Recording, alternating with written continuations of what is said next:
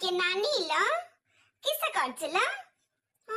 किस आउ कइल ए मुट्टा हेलिली रे केते कथा सुनिया पड़छिल ए मा पिलाळे पखाळा भात एउडी मारी रे खाइ दउथिले किछि होनथिला ले केडे सुंदर थिली ल सकाळ भाबुची टिके डाइट करी आउ टिके किछि खाइबी नि बोली रे टिके रहि आउची 2 मिनिट पर आउ थरे भूख होची खाइएगा दउछु जा मनला टिके कष्ट लागिला त कइले तू एले मते सेता डाइट करिया कहउछु ल